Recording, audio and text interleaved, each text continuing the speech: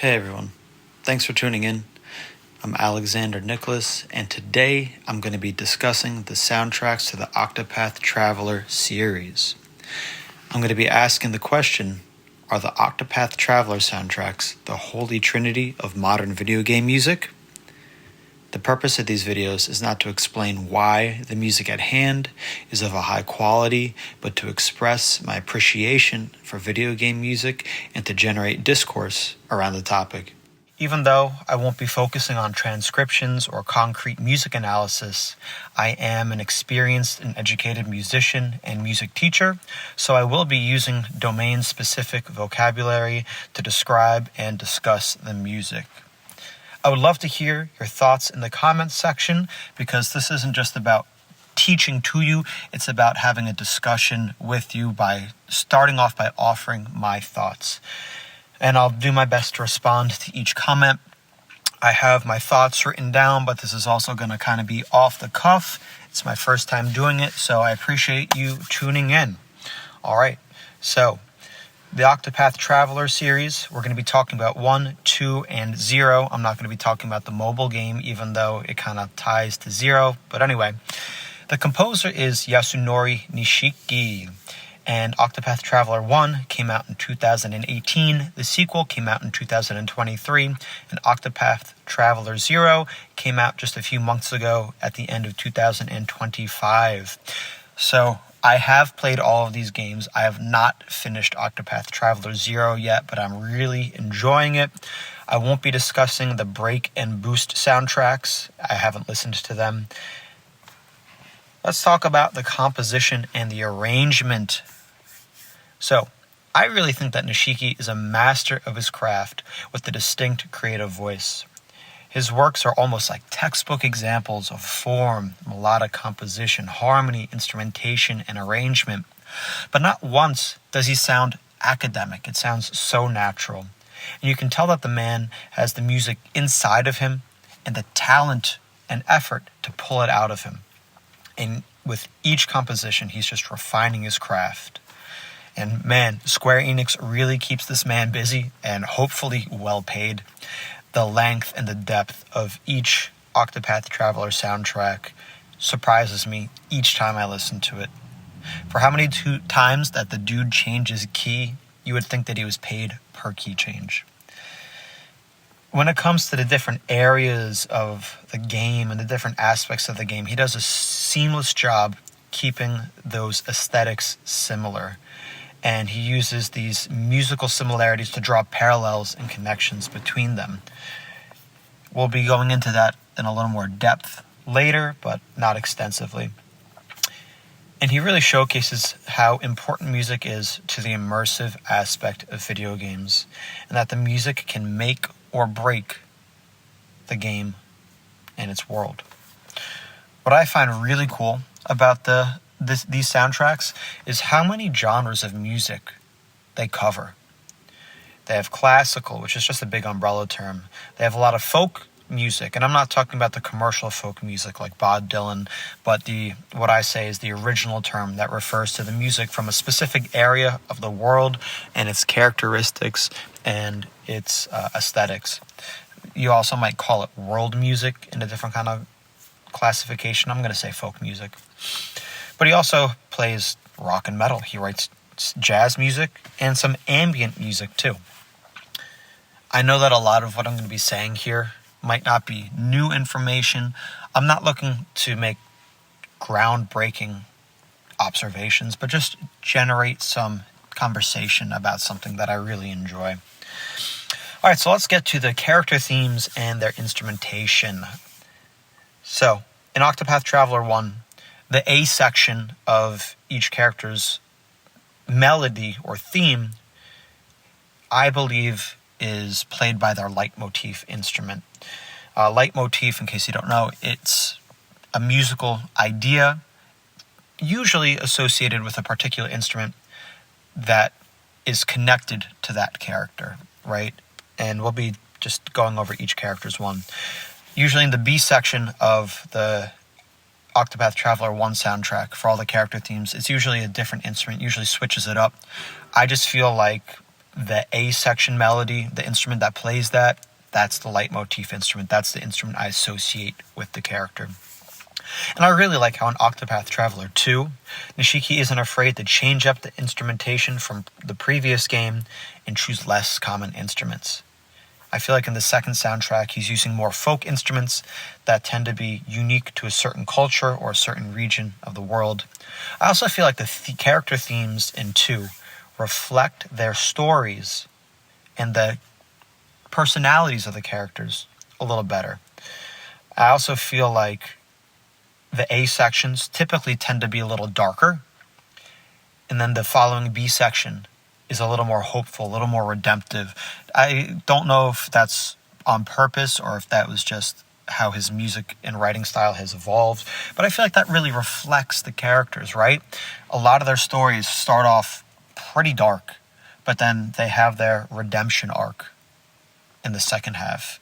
And I don't know if I want to really discuss the stories. It's not really about that, but most of them usually get their redemption, whatever they're seeking. But also some characters don't really have a super dark aspect to it with their story, so their A sections might be a little lighter, like with Agnia. And I feel like the instrumentation that Nishiki chose for those characters reflects the inspiration for their aesthetics. We'll get into that in a little more detail right now. So I'm just going to go through each class in no particular order. It's just the order I wrote them down in, and go through each character from each soundtrack. So in Octopath Traveler 1, we have Olberic. Please don't make fun of me for the pronunciation. That A section melody is carried by the strings. The brass, too. His thing is just big, it's bold, it's assertive. It sounds good. I don't know if it's necessarily super specific to him, but it's very, very solid theme. In Octopath Traveler 2, we have Hikari. The strings and the flute carry that melody. But the instrumentation becomes denser by using folk instruments from Asia. We have the erhu, we have the hyoshigi. I really don't know how to pronounce it, but it's that clave-sounding instrument used in kabuki theaters. We have the dizi, or the ditsi, it's that high wooden flute, and we have the taiko drums. And I feel like they reflect Hikari's character inspiration, which seems to be a samurai. The brass instrument, the taiko hits remind me of Bowser's Kingdom from Super Mario Odyssey. That's, again, one of my favorite soundtracks. I have a whole, not even like a video, but I did a whole presentation at a convention just about the music from that game, and maybe we'll talk about that in a future video. I don't know. The Scholar class. In the first game, we have Cyrus, and the strings carry his theme. This theme really reminds me of the main theme to Howl's Moving Castle, the merry-go-round of life. It has the same time signature. It's that waltz, the ba ba ba ba ba ba ba. They have a pretty similar key signature. I think Cyrus's theme is in C minor, I would say, or maybe it's like an F minor. It's something like that. But then the merry-go-round of life is in G minor, which is only a key or two away in our circle of fifths. So harmonically, they're pretty similar. And they both have B sections that are more melodic. They explore. It all opens up a little bit. And I just thought that was cool. I don't know if it was on purpose because Cyrus is, he's a mage, he's a scholar, kind of like Hal. That's just something that I made a connection to. Let me know if you thought the same thing. In the second game, we have Oswald, and I would say the cello is his leitmotif instrument. The cello, as we know, it's a very rich and a very deep-sounding instrument. Maybe it represents the depth of his anger and his desire for revenge. Maybe that's me just being artsy-fartsy, but it could have been a purposeful choice on Nishiki's part. For the cleric class, in the first game, we have Ophelia, and her theme is carried by the flute. It's a very calming and a very warm theme, kind of like what you'd expect the Sacred Flame to be. And it reflects the instrumentation of Flame's Grace very well. In the second game, we have Themenos. I think his main theme is a hammered dulcimer or some kind of hammered steel-stringed instrument. It is so much less like a cleric theme in this game. It's not like Ophelia's at all, and it's so much more like a detective theme. because that's his character, that's his story. He's a detective, he's sleuthing around, he's trying to figure things out. And the rest of the arrangement, they use these woody and dark sounding instruments. You have the clarinet, the bassoon, even the xylophone. Even though these instruments, they can sound bright, I think of the clarinet as a very dark and a very warm sound. And I feel like that's used in some other detective-like music. I think of Paper Mario and the Thousand-Year Door. Again, one of my favorite video game soundtracks of all time from start to finish. In the third chapter with the Glitz Pit, the tracks Seven Wonders of the Glitz Pit, the Backstage Mysteries, and those kinds of tracks, they have that similar feel. It's almost ambiguous, but there's a focus to it. They don't know what's going on. They're trying to figure something out. That's where that ambiguity comes in. But then they go on and, but they have to focus. They have to find that thing. They're bringing the focus in. Apothecary class, that's a cool class to me. I don't love the gameplay aesthetic. I feel like I just wasn't good enough at figuring it out. But to me, it's a unique class choice to have in this game. And I think it's pretty cool. For Alphen, in the first game, we have the saxophone. Gentle, carefree, calming, maybe like our boy. Second game, Kasti on the flute. This one really grew on me. From the beginning, I liked it. But I had a hard time maybe understanding it musically. But it's just so different from the rest of the character themes. I feel like it's so lyrical, so melodic. The A section is very solemn. It's melancholy. I feel like it reflects her story. Very dark story. Very dark beginning. But then that B section brings in a sense of hope. And just the instrumentation, how it's gentle, the flute, and then how strong that is, maybe reflecting her resolve to protect people as an apothecary. I just think it's musically it's great, and it also just reflects the character and their story so well. Classic thief class. We have Therion. He was the first person I chose in Octopath Traveler 1. In Octopath Traveler 2, I chose Hikari. But for going back to Therion, we have the oboe carrying his main theme. Maybe it's the English horn. I think it's an oboe just because it's a little stronger. It's mysterious sounding. It's not too threatening. The nylon string guitar is nice for the rhythm and the harmonics. Not the harmonic, the chord progressions and everything. We don't really get too much classical guitar in this first one, so it's a nice timbre, a nice tone to have in there. Throne, I hope I'm saying that right. We have a string quartet carrying her whole melody, not necessarily just an instrument and not a full orchestra section. This really sounds like a string quartet to me. It's much more brooding than Therion's, again, reflecting her story. And that B section, again, I just feel like it brings in a sense of hope. It opens up. It brings in not too much light, but it's just less dark. It's bigger. It's more open. The merchant themes. This is probably my favorite class theme for both games. Both characters, Tressa and Particio, they're great characters. They're just funny. Not quite comedic relief, but they bring a lot of levity to the story. So for Tressa, I would say that's the harmonica carrying her theme, and that is probably one of my favorite themes from the first game, but also from the whole series. It's so lighthearted. Musically, it's so expressive. And I like how the rhythm changes. I like how the rhythms change and add to the carefree aspects of the music. She's kind of just coming and going with life, but just that melody hits so hard in those changes. It has the minor 4 in there. It's so musical. Nishiki did a great job with this one. Thank you. For Particio, I would say we have the electric guitar, but I'd say the saxophone really carries the melody. It's just a funny theme to me. It's lighthearted like Tressa's. And I like how these merchant stories and characters, they keep things light. And I really just think of Particio as a cowboy. Not once does he ride a horse. He goes in to the steam engine place, right? But he's not steampunk at all. Just the music, it's kind of funny to me. It borders on being cheesy, but it's not cheesy. It's very musical and very well written. And it's just, when I hear his theme come in, it's just badass. I just feel like it's really cool.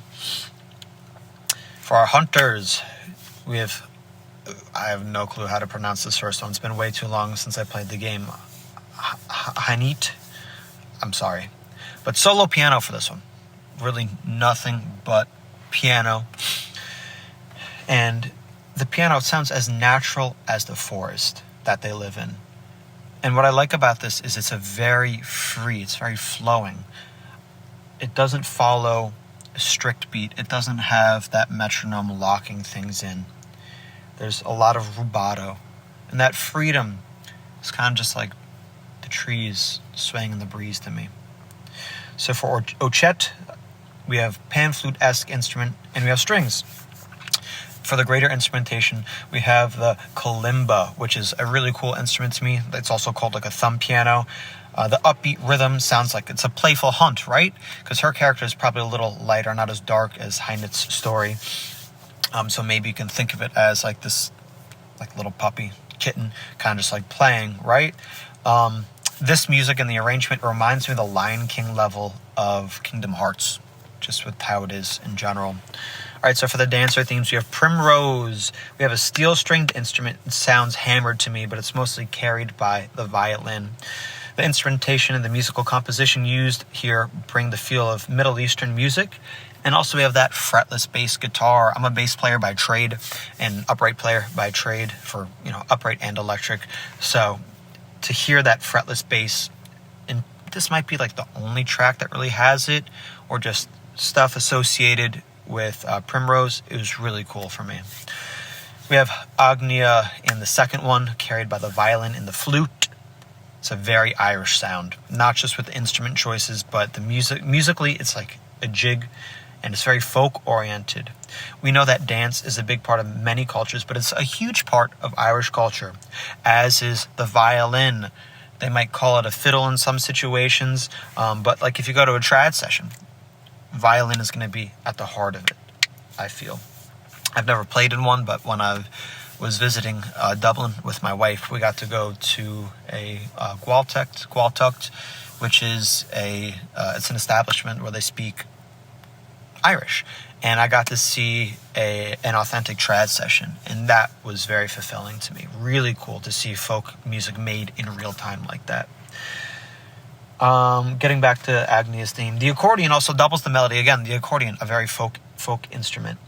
And if I had to make an educated guess, I would say that her whole character design and aesthetic just comes from the Irish culture. I'm going to take a quick sip of water before we move on. This video isn't sponsored by Awala's, but I just got one for the first time, and I like it. It's a 40 ounce, keeps me hydrated. All right, let's move on to the environment, the situational themes, and the battle tracks. This is going to be dense. I'm going to try and just blow through these as fast as I can because I'm already like 20 minutes in. We're like less than halfway through the video, in my opinion. So the main theme, it's the first thing that the audience hears, and it shouldn't only catch their attention, but also clue them in to the aesthetic of the game. You have to hook them right away. And Nishiki does a superb job with this by composing an exciting theme, and I feel like it instills a sense of adventure in the player. An Octopath adventure. And the track really just speaks for itself. Not just for this, but I believe that good art can be put into different mediums and retain its original integrity because it's so well written or composed. I'm speaking mostly musically, but I'm also speaking story-wise. I could be speaking for visual arts. And an example of this is Insane in the Rain, Carlos Eni. He was commissioned by Square Enix to do a cover video of the main theme to promote Octopath Traveler 2. And he does it in a jazzy style. And it sounds great, not just because of Carlos's musicianship, but because the original composition is so great on its own. And I feel similarly about the Trigun series, which was like not the first series I read, but one of the first that I really became invested in. But it relates to Trigun because I feel like they have so many different iterations and revivals of Trigun. You have the original manga, you have the original anime, you have the movies, you have this revival that I think like season 2 just came out. But the core story is just so good and so well written that they can keep bringing it back in different ways, and it just retains its authenticity. It retains its original composition, its original status. It's just good. All right, so getting into the environment themes for Octopath Traveler 1. For the Frostlands, I think it's cool how he uses synth sounds for the snow levels. It's really one of the only aesthetics that use electronic instruments. For the Flatlands, really feels like you're overlooking the wide plains. The use of castanets and folk instruments makes it feel rustic, makes it feel organic. The Coastlands is really one of my favorite environment tracks, just everything about it.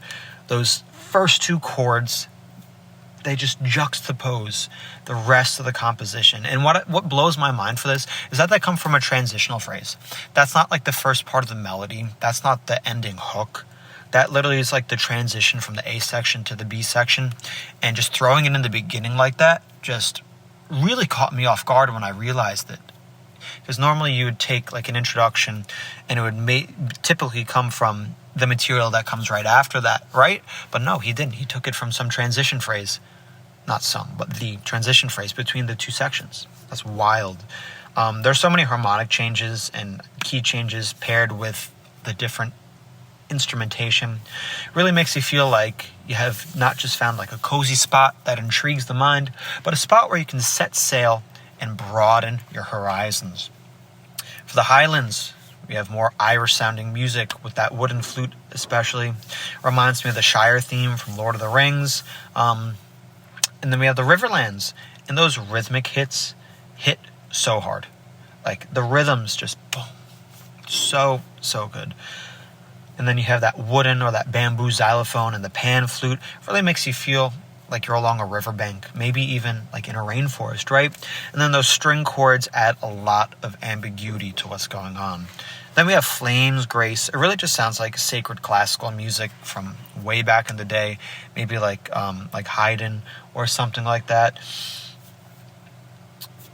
We have so much of the major 4 going back to the 1 that's huge in sacred music. I feel like it's almost like Disney-esque when the strings come in. It just reminds me of Disney music. And I actually did like a little performance video of this way back in the day. Just me on piano, and I just think it's a really pretty song. Atlas Dam, great track, so royal, and that trumpet melody is of the highest esteem, but I feel like it's not pompous or presumptuous.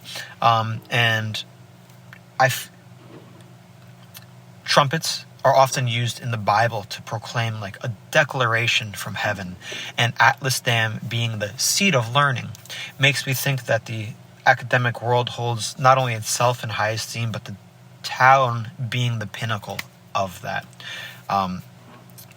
That's just the connection that I made when I was typing this up. For Tranquil Days, the B section is very ominous, almost the opposite of tranquil, but maybe because you never know what's going to come around the corner, right? But that A section is so playful, and it's such a stark contrast to the B section. A sea breeze blows. Sorry. It's like halfway through work. I'm a little fried right now, but this is something I really want to do. A Sea Breeze Blows might be my favorite track of the whole soundtrack for this first game, like right up there with Tress's theme. The accordion is perfect for an oceanic song. It's almost pirate and sailor-like, but it's not cartoonish. And then that piano, just those little snippets, fills out the arrangement, fills out that sonic atmosphere just that little bit, but it's so light, so playful. Maybe I just think of seagulls because the keys are white, and then, seagulls are white like that, but just like they're very gentle, those piano keys. I wouldn't necessarily say a seagull's gentle, but when it's flying, it is majestic, I think. Especially with those little trills, do, do, do, do, just like that. I love that. And then the cajon, it comes in and it provides just enough rhythmic drive without being too strong or too intense. And those string melodies are so lush, so powerful.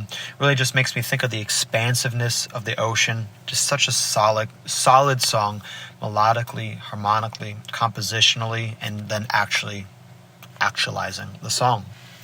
A brief respite, it's what plays when you sleep out of bed, shows me that there's a deep art to the healing themes in video games.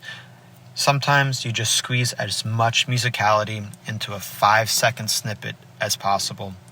It really makes me think of how well done other healing themes are, like the Pokemon Center blurb, or even like the sleep theme from Paper Mario and the Thousand-Year Door. They cram so much in for that last one. The battle themes, they get me pumped. I'm not going to lie. They're very exciting.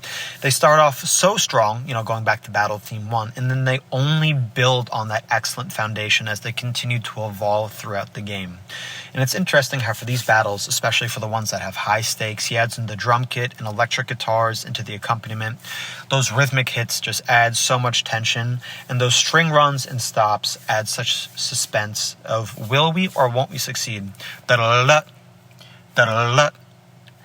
So good. And then those hemiolas, and I'm going to be saying this a lot.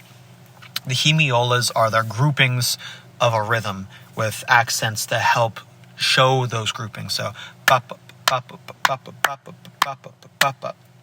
a hemiola.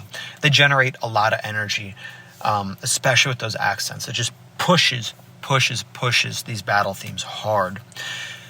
And the piano part of Decisive Battle 1 really makes me think of Smash Bros. Melee. Maybe Brawl, I don't know, but just like the piano in there just really makes me think of that. The use of that solo, intense violin as a thematic element really ties these different themes and compositions together.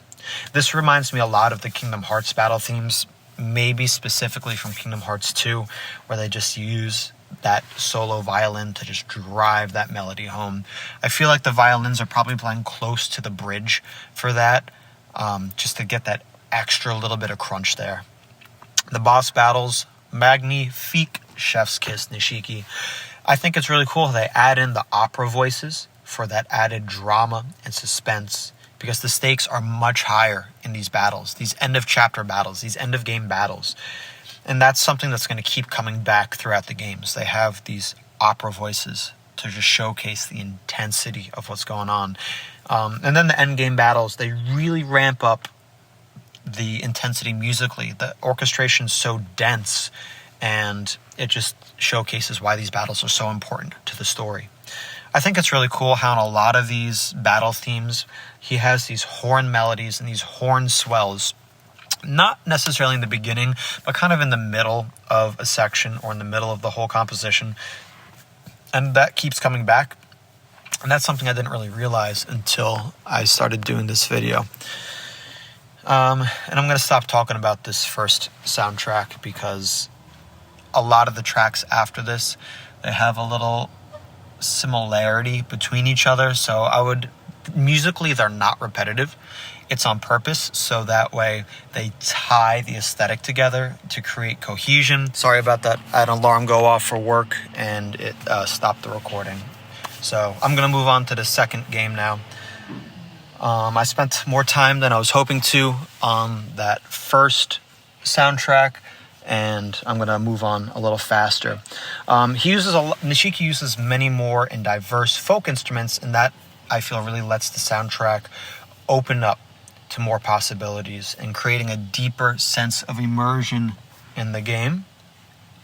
The day and night cycle, Square Enix and Nishiki really went the extra mile to rearrange these themes to have the night theme too, and the transitions between them are seamless. I enjoy how the instrumentation is stripped down and often more gentle, almost to reflect that the inhabitants of Ostera are sleeping. The piano is a great core instrument choice to reflect the music's softness and just to be a very flexible instrument. To be honest, I'm not a huge fan of those vocal sounds they add in. They fit the music well, but I just don't love them. They're not super pleasing to me. Not saying that they're bad, but just a personal taste kind of thing. So Toto Haha, hope I said that right, really feels like you're in the dense forest during a hunt. Again, it's like the Kingdom Hearts Lion King world theme, and the piano is kept from Hynet's theme. Then we have the Harbor Lands. Gives the Highlands vibe from the first game. Feels like you're going through a field into the mountains, overlooking a large expanse. The Winterlands drop the synth orientation in favor of a more organic sound. I feel like that was a key characteristic of the first game's winter levels, and they're not here anymore. I'm not saying it's bad, just factual to me, or I guess more opinionated. For the Wildlands, it has the Highlands vibes, but more adventurous. If you ever played Magic the Gathering, this song really just reminds me of art for a mountain, or art for a plains, or whatever the term is for that red and white combination. The Sundering Sea, you have a very royal and bright sound, like the sun rising over the horizon, really making you feel like you're the captain listening to this. In Seaside Town, I like how they kept musical similarities to A Sea Breeze Blows, and the accordion really ties the aesthetic between the tracks together. A Sensational City, very jazzy, almost show-tuney, with those string rhythms and those chords. Just really cool. And then when the B section hits with those big, lush string melodies, it grows so much. And it really feels like it's more of a jazz orchestra, not just a big band, but like this big... I know I just said like a jazz orchestra, but like that's literally what it feels like to me. And it's just in a bustling town. For the Cats theme, can't remember if they arranged it as many times for the first game as they did the second one. But again, a great example of how a well-written piece of music can be redone in a different style and still retain its authenticity. It's a very playful song, and to me, it's denser than it leads on. Or Rush, again, Particio. Love those merchant-related things. They're very unexpected for me. It reminds me of these old cowboy westerns, and they seal the deal by using lots of twangy tremolo guitar and the harmonica, and I don't know if it's like a dobro or a dulcimer guitar, but it just really feels very western, very American western, cowboy-esque. Again, Cropdale feels like you're going through the Shire. For some Agnias-related tracks, it's interesting how they included live vocals and lyrics. I wouldn't expect that from a game like this, but it's really cool that they did add it in. Bygone Days, gotta talk about this one. It was a sleeper track for me, and it caught my ear for a couple of reasons. It's very tender, very bittersweet, I feel like. And I'm a ballad boy. Love a good ballad. And another reason that I really like this is it makes me think of the song Bygone Days, which is the main theme from Porco Rosso, from Studio Ghibli. I know people say Ghibli. I will not say Ghibli. Anyway, the Octopath Traveler track is piano-driven for the most part. And while it's not super jazzy like the Porco theme, it is sentimental like that, and that's why I draw those connections. For Themanos' tracks, they're more like detective pieces, like cleric pieces, and I really welcome that shift from Ophelia's cleric. It just adds a lot of depth to the character. For Hikari's tracks, again, the melody shapes and the instrumentation used, like we talked about in the character theme, really make you feel as if you're in more rural parts of Asia. Just like those folk instruments, the culture, I feel like it really tries to come through in his tracks. Tempest on the Battlefield, just a sick name for a battle theme. Got those blistering rhythms and those horn swells, and it really just makes me think of a strong wind blowing through the battlefield. Again, the battle themes here, solo violin in the critical clashes really reminds me of the Kingdom Hearts 2 soundtrack, and those horn hits make me think of Super Smash Bros. Brawl. Battle on the Sea, it like borders on folk punk, which isn't necessarily like one of my favorite aesthetics, but the color changes make it more vague than that, and the acoustic guitar runs really caught my attention. We don't get a lot of that in the soundtrack, if at all, so that was cool. Fierce Confrontation sounds like you're battling a demon. It's an intense song with so many different timbre changes over a long period of time, and then you have these trading of 4 bars, not between instruments, but between these different aesthetics. For Veed, the Wicked, similar to Fierce Confrontation, that male opera voice really solidifies the use that opera voices in the series are associated with villains. I like the rhythms that are used here and in all the battle themes. They really just drive it. For the Dawn, very heroic without the use of that flat 6, flat 7, 1 hero chord progression. I don't really think it's in there. I don't hear it. It's very hopeful. It's very inspiring, and it just pushes through, or not pushes, it inspires the characters to push through the confrontation and restore the good of the world. Rogue Island really stood out to me for its use of electronic instruments. Helps keep it futuristic for the Octopath Traveler series, but that cello line I feel like really kind of brings in that steampunk aesthetic. I really don't know what steampunk music would be. I think Les Claypool is aesthetically steampunk, but is Primus? Probably not. I'm not here to speak for them, though. Gil on the keys made me laugh out loud. I really just thought this song and the whole scene it was used in was a JoJo's reference, because I think the song sounds like the Golden Wind theme and the Stardust Crusaders main theme. But I also think, if I remember correctly, in the cutscene it's used in, a character says useless or muda, much like Dio or Giorno. The ending themes for these two games are just fantastic. They do such a great job seamlessly transitioning through environment themes to really make the journey come full circle and remind the player of their adventures. In the final movement of the first game's ending theme, at the 5 minute and 50-second mark before the main thing is reprised, it sounds like it's all original, and it's just such a beautiful part of the music. And it's just tucked away at the tail end of the game, this last hidden gem. And then the main theme comes back and hits so hard. And again, for Octopath Traveler 2, ending theme, just a great retelling of the story, solid main theme. For 0, the ending theme seems to be an original composition to fill out the end credits, not taking as many themes and tracks from previously. I don't know. I'm going to kind of just blow through this last chunk for Octopath Traveler 0. Friends, I may or may have not spoiled some of the endgame story for myself by listening to the soundtrack before I finish the game. Whoops.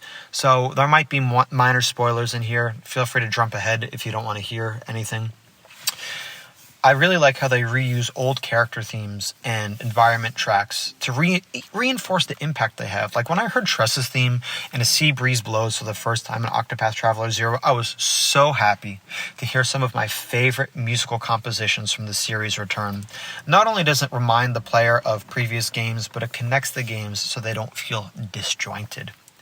When they use the men's chanting throughout multiple compositions, which I think is a really cool addition, because that wasn't in any of the other games, but it's in this one.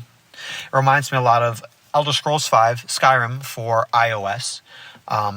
It's almost like a Gregorian chant, but not quite. And what this game lacks in main character themes that were core elements of the first two games, it's made up for by the number of unique boss and villain themes that we have. Bestower of Fame, we have that use of pipe organ, just like in some typical boss themes. It's just classic. What it really makes me think of is the Orochimaru theme from the Naruto anime. He just has that intense pipe organ. For Bestower of Power, reminds me of the Kingdom Hearts battles with the violin. I might say that one more time before the video's over, but I don't know. The pipe organ and that heavy choir instrumentation really drive home that it's a serious boss battle. Bestower of Wealth, we have saxophone come in for one of the few times during this soundtrack. Castle Edoras uses the pipe organ to convey that it's boss and villain-oriented, but it also uses those minimalistic piano notes to create a sense of large space, how large the castle is, kind of like what we hear in Abandoned City or Dark Caverns. Okay, guys, Szantos, the Divine Champion. This may have been where I spoiled the end of the game for me. These are obviously boss themes because of the organ and the opera, and it's just very epic. Most epic of all the boss themes. I only cleared the first 3 paths before starting this project, so now I kind of know that he comes back as a final boss. However, these themes aren't as dark as the others, making me think that Szantos might not have been a corrupted evil that we fight throughout the game, but a sacred deity with a sense of absolute justice. I don't know, that's just my guess. But just, again, those string melodies, so open, so light, they're not too dark. And then we have Szantos, the creator. All right, he's definitely like a villain here. Then we have the heaven and hell battles, and there's such a stark contrast between them. We have the heavens battles using a brighter pipe organ, and the overall timbre is lighter, while the hell battles use a darker timbre. The hell battles use a solo opera voice associated with villain themes. Just those choir, maybe you can think of it as like a choir of angels or a choir of like demons, just to drive home that aesthetic for where you are in the game and what they're doing. I'm excited to get to this ending part of the game. How Odd is definitely one of the standout tracks for how different it is from the rest of them. It's very light, very playful. Reminds me of Yoko Shimomura's more playful compositions in the Kingdom Hearts and Super Mario RPG game. And then Smoke Signal at Sea. This one really caught me off guard. We have the hemiolas. We have got those other kinds of rhythms, the vocal chanting, and just the compositional structure of the song is so different from the others. Just very unexpected. Here are my closing thoughts for the soundtrack to these games.